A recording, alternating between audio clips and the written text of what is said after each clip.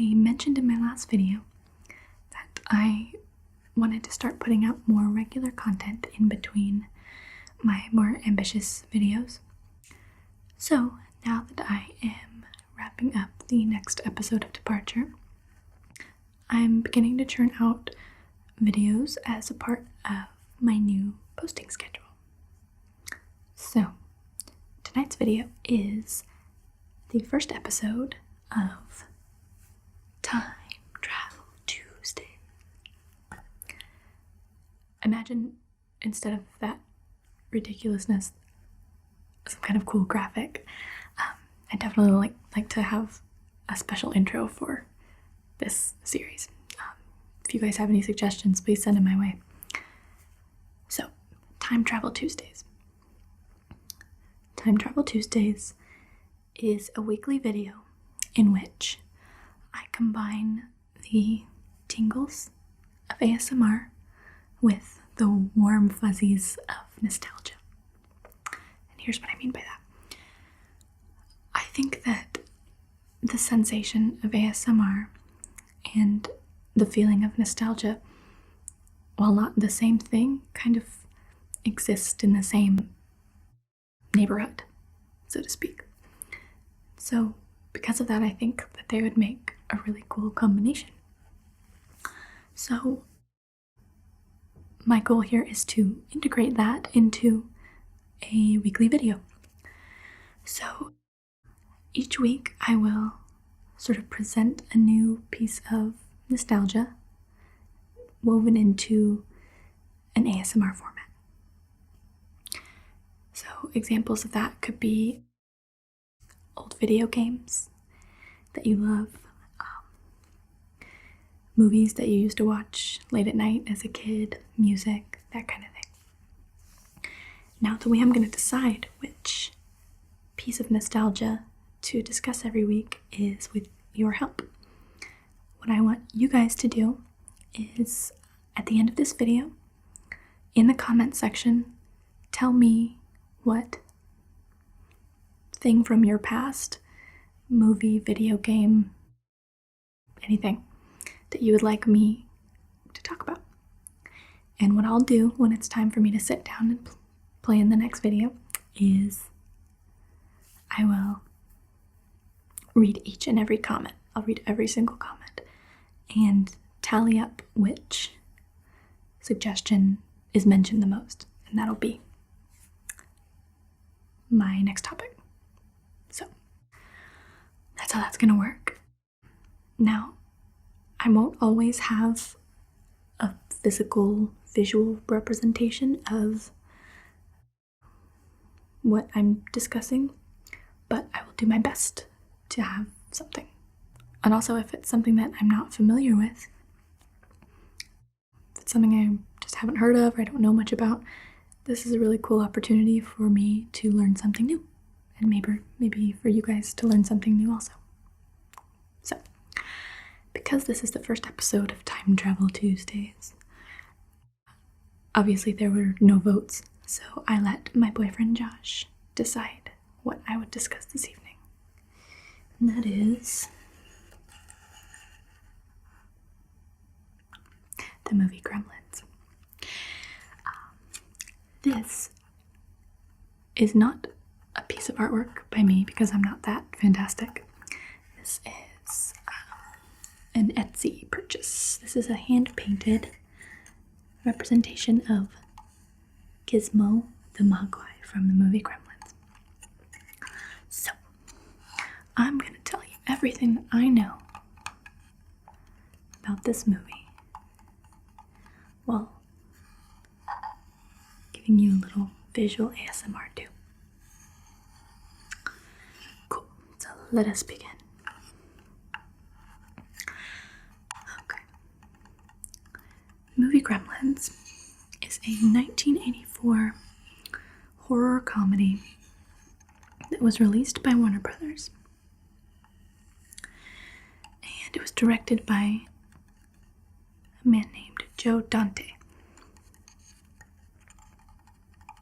I'll give you a quick sort of synopsis of the film. Now this is Gremlins 1. there are 2 Gremlins films. This is Gremlins 1.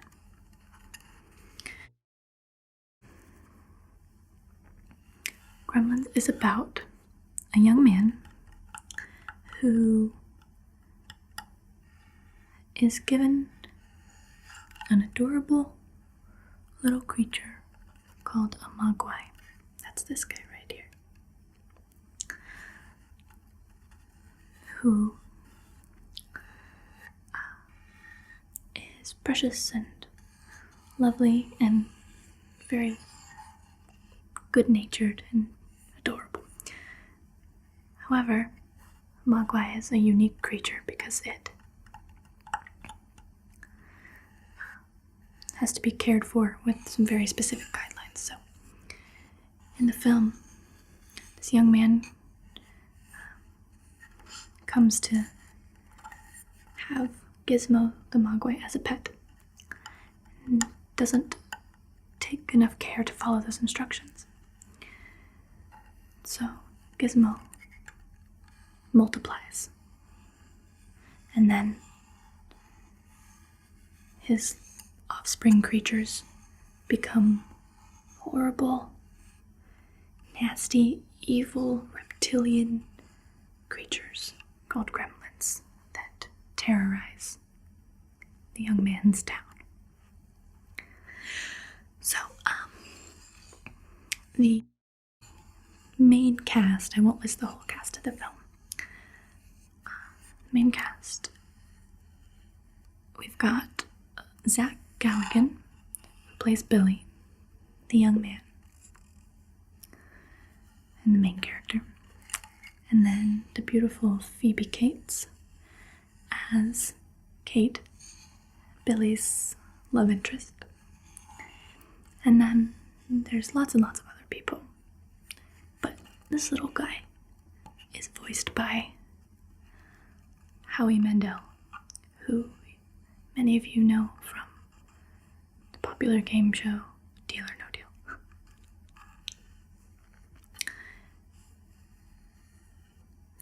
Cool. So, I'm going to share some facts that I find really interesting about the movie. Steven Spielberg, who is the executive producer of the film, actually considered a young director by the name of Tim Burton to direct the film. But he ended up going with Joe Dante because Joe Dante had more experience in the comedy horror genre. And because Mr. Burton at this time had not yet directed a full film.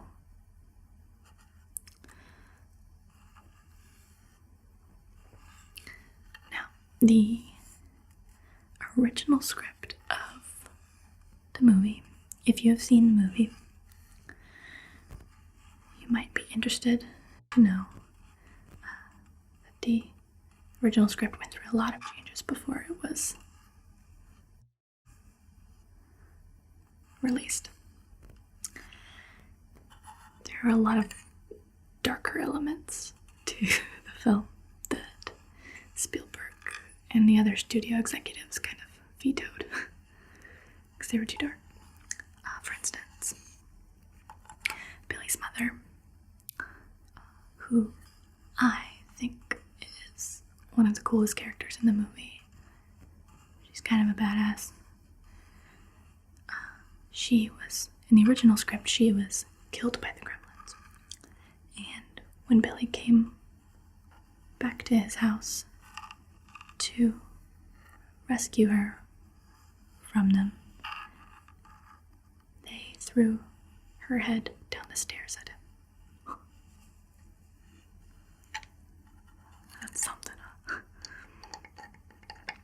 Also, his beloved dog, Bernie, was eaten by the Gremlins in the original script.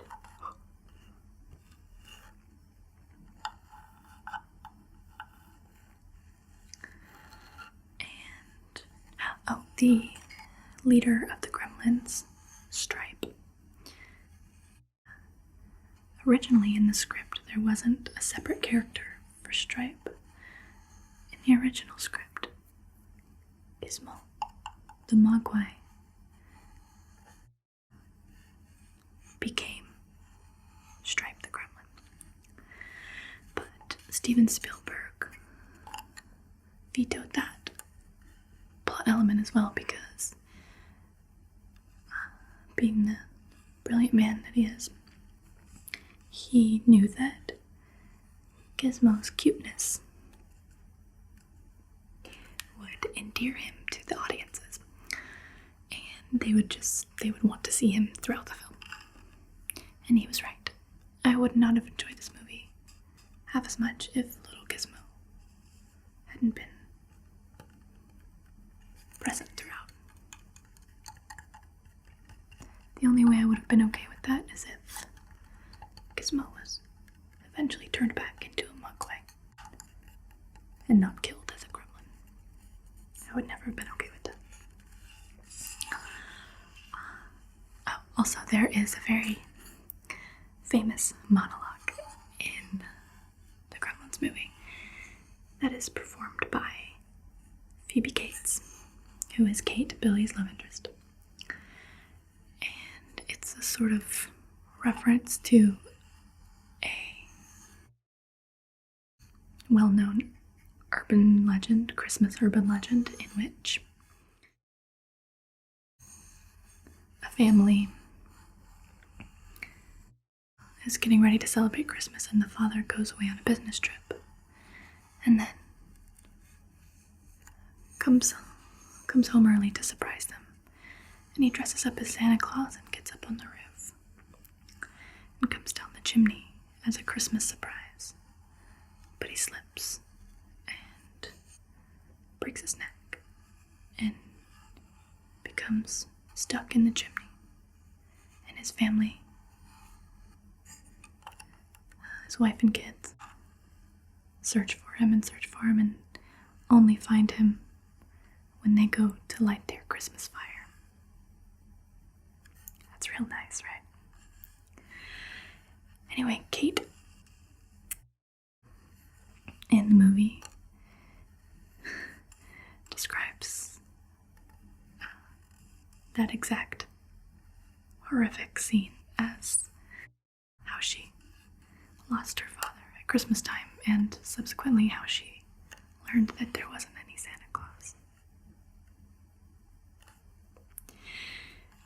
Now that scene got a lot of criticism and was really sort of controversial with the studio execs. They didn't want it in the movie. They thought it was too dark, in poor taste. Steven Spielberg didn't like it either. But Joe Dante, the director, fought really, really hard to keep it in, and so Spielberg let him. And it's probably one of the most popular scenes from the movie.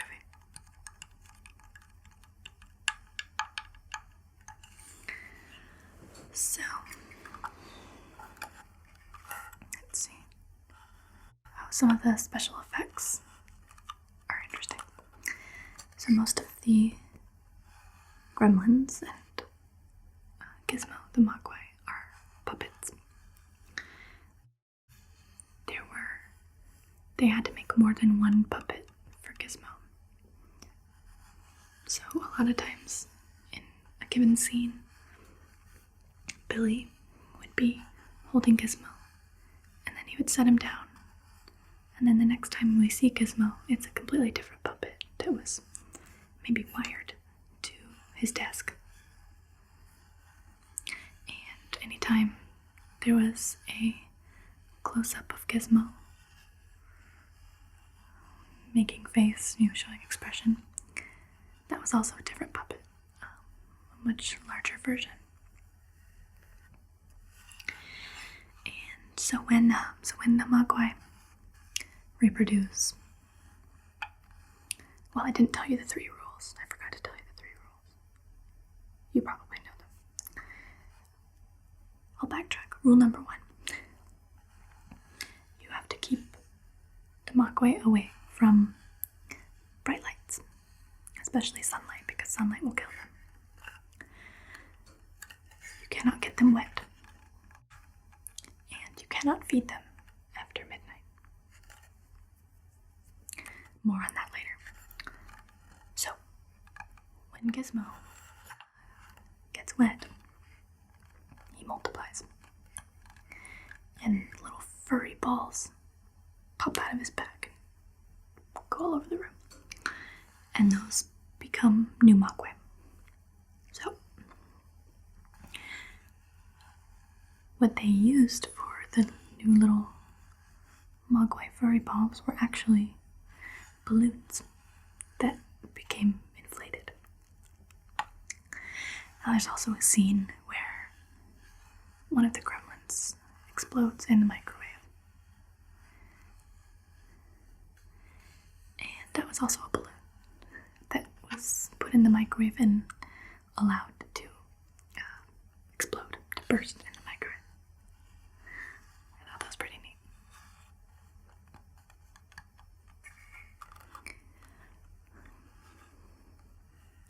So, interestingly, when this movie was released,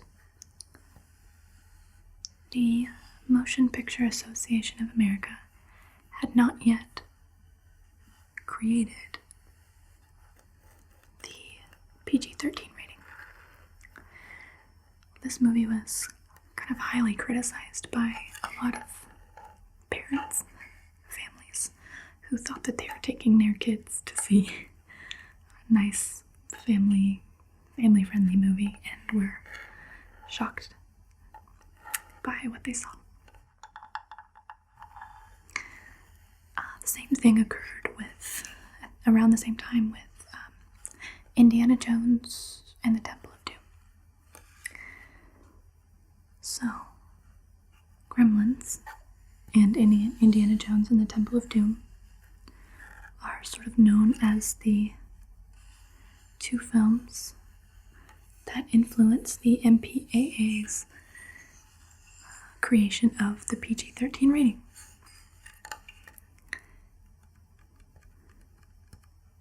Which you may not have known. I didn't know that. Another interesting factoid about Gremlins is that a magazine called Complex Magazine labeled it one of the 50 most racist films of all time. Of all time.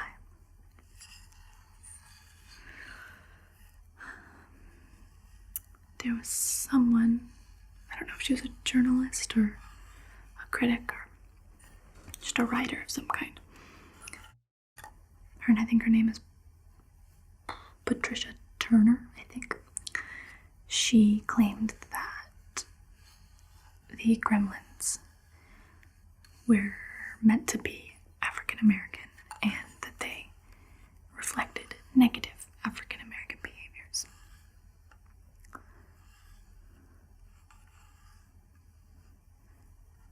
And apparently a bunch of people agreed with her.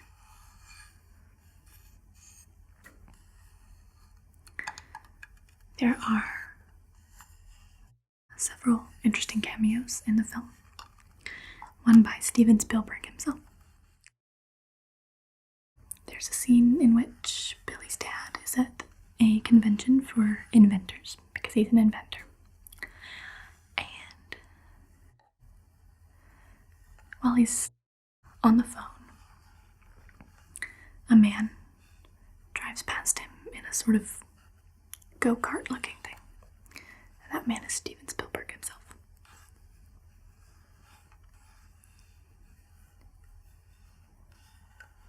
If you have the movie and you fast forward to that scene, you'll catch him. He's piddling by.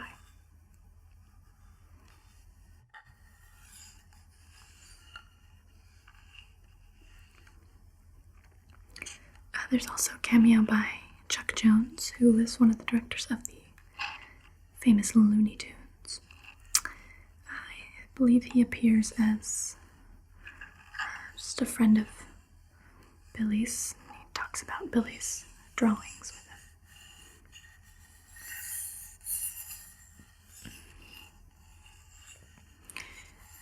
Gremlins was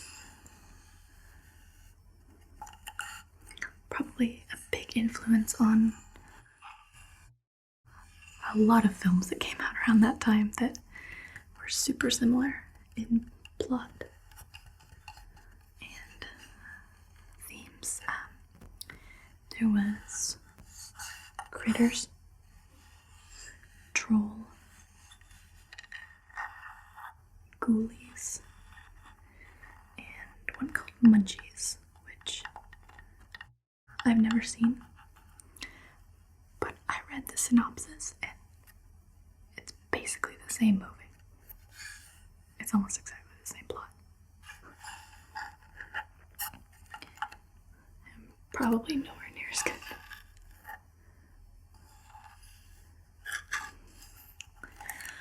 So, there was a sequel to Gremlins. It's called Gremlins 2, The New Batch. It came out in 1990, several years later. It was also directed by Joe Dante. And it has a lot of the same major cast members. Zach Galligan again, Phoebe Cates again, and Howie Mandel as the voice of Gizmo again. Just a quick synopsis. Gizmo sort of falls into the wrong hands and becomes a guinea pig of sorts for a group of scientists in New York City at the company, major corporation where Billy and Kate, who are now engaged, are employed. Billy and Gizmo are reunited. Gizmo gets wet, of course, because obviously no one knows how to take care of a mogwai still. And a new batch of gremlins is created. So what happens this time, though, is that these gremlins, because they're in a lab, have access to all these different kinds of weird serums, and so they drink some of them and become even more freakishly genetically altered. One of them drinks a brain serum and becomes very intelligent, which is awfully dangerous. Another drinks a bat serum and becomes a bat. And then one even becomes a lady gremlin.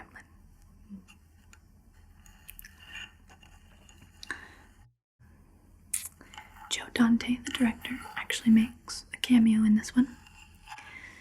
And what does he play? He is, I think, the director of a TV show that they're shooting somewhere in the building.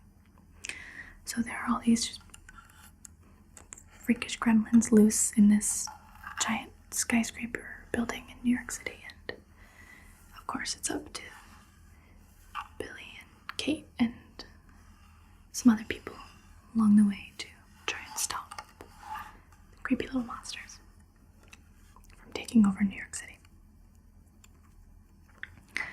One of my favorite things about Gremlins 2 is that, well, I, along with other fans of the film, always had the question. So, gremlins aren't supposed to eat after midnight, but that really poses a new question. Lots of questions, actually. There's lots of times after midnight, you know? So when can they eat? Is it sunrise? And also,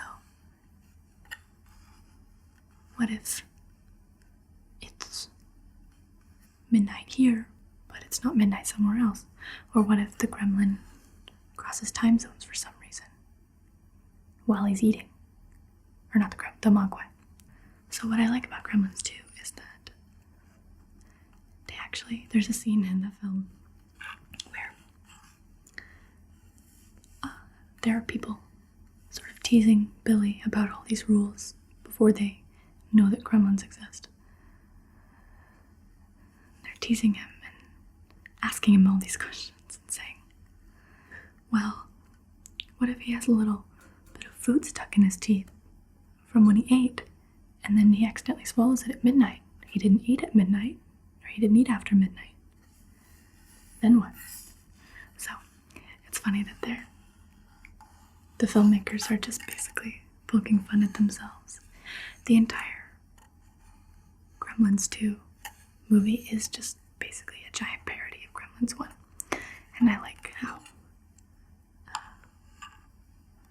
sort of tongue-in-cheek and self-aware they are. It's definitely a lot lighter than the first film. It's meant to be more cartoony.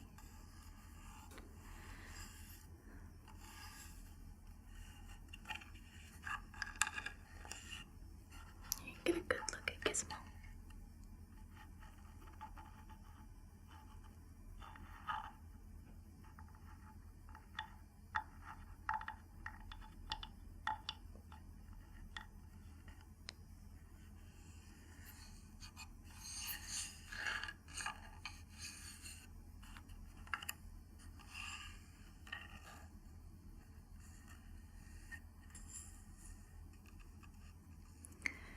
If I had a pet mogwai, oh my god, I would never leave my house. I would just sit and play with him all day long. So cute.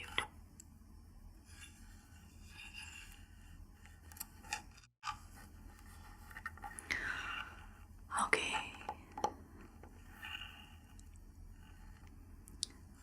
I hope you've enjoyed episode 1 of Time Travel Tuesday. And I hope you've learned some interesting facts about gremlins.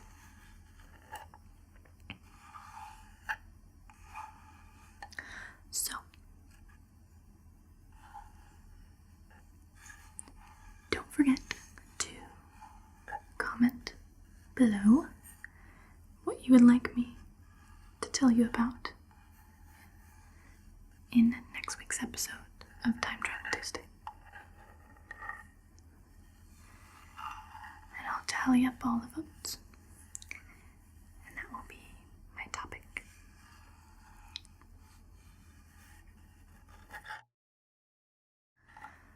Okay. I'll be seeing you guys soon. So until next time.